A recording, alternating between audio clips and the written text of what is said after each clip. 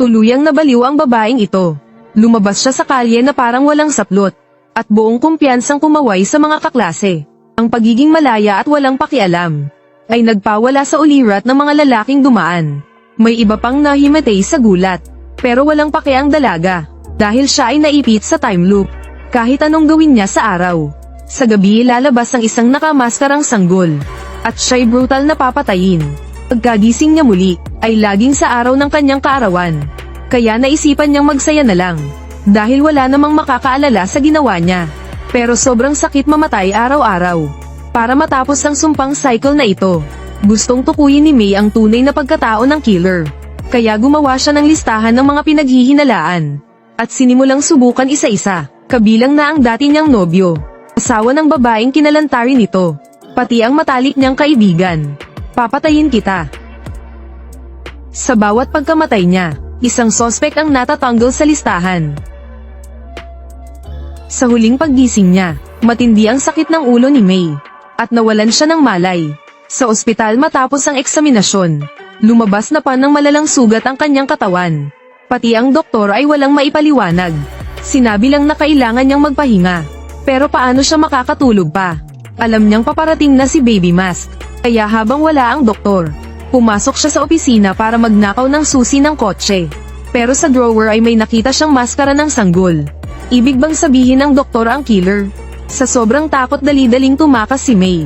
Pagkalabas pa lang niya ng silid, nakakita siya ng doktor na sinaksak sa tagiliran ni Baby Mask. Ang mabuting balita, hindi na siya sospek. Sa takot tumakbo ng mabilis si May. Naglaro sila ng taguan sa parking basement.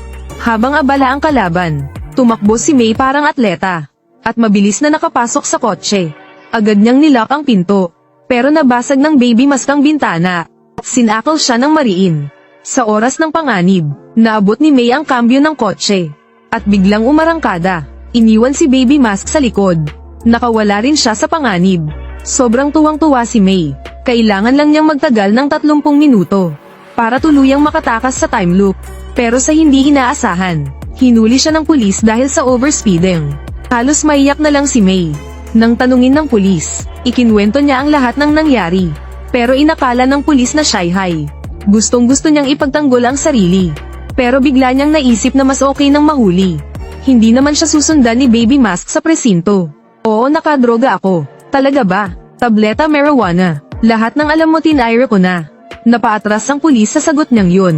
Di agad nakareact ang lahat. Pero dahil umamin na rin siya, ikanadina na siya. Salamat. Akala ni May ligtas na siya.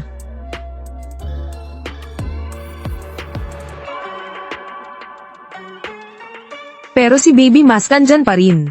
Patay na talaga siya ngayong oras. Nakaposas ng mahigpit ang mga kamay ni May. Ni hindi niya mabuksan ang pinto ng kotse. Wala siyang magawa kundi hintayin ang kamatayan. Sumigaw siya sa sobrang galit at takot. Bakit lagi mo akong sinusundan?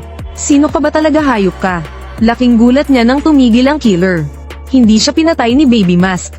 Bagkus bumalik ito sa kotse. Akala niya natakot ito sa sigaw niya. Habang umaasang ligtas na siya, binuksan ng killer ang bintana, at inilabas ang kandilang pangkaarawan. Nakita ni May ang kotse niyang umaaso. Doon niya lang naunawaan, susunugin pala siya ng buhay. Wala na siyang takas.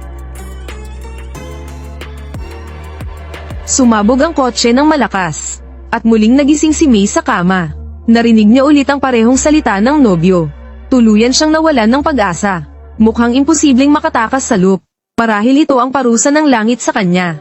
Ngunit habang siya'y nagmumuni-muni, may balita sa TV na umagaw ng pansin niya. May isang serial killer na may malubhang sakit, at nakakonfine sa ospital na pinuntahan niya noon. Naalala niya ang maskara sa drawer. Bigla siyang natauhan. Ang serial killer pala si Baby Mask. Hindi na siya nag-aksaya ng oras. Dali-dali siyang pumunta sa ospital. Plano niyang maunahan ito, at patayin ang mamamatay tao. Ngunit huli na siya, nakatakas na ang kriminal, at duguan ng pulis na nagbabantay. Habang naguguluhan si May, biglang lumitaw si Baby Mask sa likuran niya, at paulit-ulit siyang binaril. Pero ni isa sa mga bala ay hindi tumama.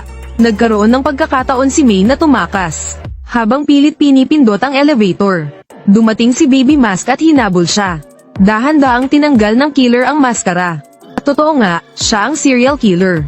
Nang akala ni May na mamamatay na siya, biglang dumating ang nobyo at iniligtas siya. Pero sa susunod na segundo, binali ng killer ang leeg ng nobyo niya. Hindi pa siya makapagluksa, agad siyang tumakbo palayo. Ginamit ang patay na anggulo para makatakas. Isang palo ng bakal, at tumamba ang killer sa sahig. Nang papatayin na niya ito, naalala niya na kapag pinatay niya ito ngayon, matatapos na ang loop, pero mamamatay pa rin ang nobyo niya. Dahil doon ibinato niya ang bakal, at hinintay ang muling kamatayan. Handa na siyang mabuhay muli.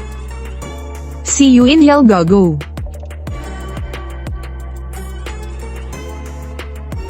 Pagkabuhay niya muli, nabuhay na rin ang nobyo niya. Sobrang saya ni May. Unang beses niyang maramdaman ang tuwa sa pagtulong. Kaya nagpasya siyang baguhin ang sarili. Ang unang ginawa niya ay magdala ng unan, para saluhin ang mahihimatay na estudyante. Pagkatapos ay hinanap niya ang roommate, at taos-pusong humingi ng tawad sa pagiging makasarili. Nang matapos ang lahat ng iyon, sinimula ni May ang plano ng paghihiganti. Alam niya ang kanyang target. Dumiretso siya sa ospital, kinuha ang baril ng bantay, at tinutok ito sa killer. Ilang putok ang pinakawalan niya, at tuluyan na niyang pinadala sa impyerno. Sa wakas nabasag na rin ang sumpang cycle ng kamatayan. Nakaramdam ng ginhawa si May. Kinuha niya ang maliit na cake na gawa ng roommate, at ipinagdiwang nila ng nobyo ang kanyang kaarawan. Nag-wish pa siya ng magandang hinaharap. Ngunit pagkagising niya muli, bumalik na naman siya sa parehong araw. Gising ka na, Carter. Anong nangyayari? Napagtanto niyang hindi pa rin tapos ang cycle. Nanghina si May sa pagkadismaya. Agad siyang bumalik sa dorm para mag-empake. Balak niyang takasan ang sumpang lugar. Ngunit sa susunod na sandali, lumapit ang roommate dala ang cake. Handang sorpresahin siya, pero wala na sa mood si May. Salamat, pero kinain ko na kagabi. Biglang natauhan si May. Naalala niyang namatay siya habang natutulog. At iyon ay pagkatapos kainin ang cake. Ikaw ang pumatay sa akin. Ano? Nilagyan pala ng laso ng roommate ang cake. Dahil dati hindi ito kinakain ni May. Kaya nag-isip siya ng ibang paraan para patayin ito. Tulad ng paggamit ng koneksyon sa ospital. At palayain ang mamamatay tao. Para siya ang masisi sa lahat. Ang tunay na baby mas pala ay ang roommate niya. Nang mabisto siya hindi na siya nagtago. Hinayla niya si May ng marahas. At itinulak sa pinto ng madiin. Doon lang lubos na naunawaan ni May. Na lahat ay dahil sa lalaki nilang pareho. Ginawa siyang kaaway dahil sa selos. Papatayin mo ako dahil lang sa isang T** ng lalaki. Hindi lang yun ang dahilan. At dahil isa kang tunay na traidor. Nagkagulo silang dalawa sa matinding santukan. Gamulong sila mula sahig hanggang kama. At lumikha ng napakalakas na ingay, na ikinagulat ng kanilang kaibigan. Habang abala ang roommate sa pagtatakip, sinakal siya ni May gamit ang mabilis na suntok, at pinasok ang cake sa kanyang bibig. Agad bumangon ang roommate, pilit niyang sinusubukang iluwa ang cake. Samantala kumapit si May sa chandelier, at sinipa siya ng buong lakas. Diretso siyang lumipad palabas ng bintana. At sa wakas, natapos din ni May ang bangungot niya. Ngunit pagkagising niya muli, bumalik siya sa parehong lugar na iyon. At narinig ulit ang parehong bati ng nobyo.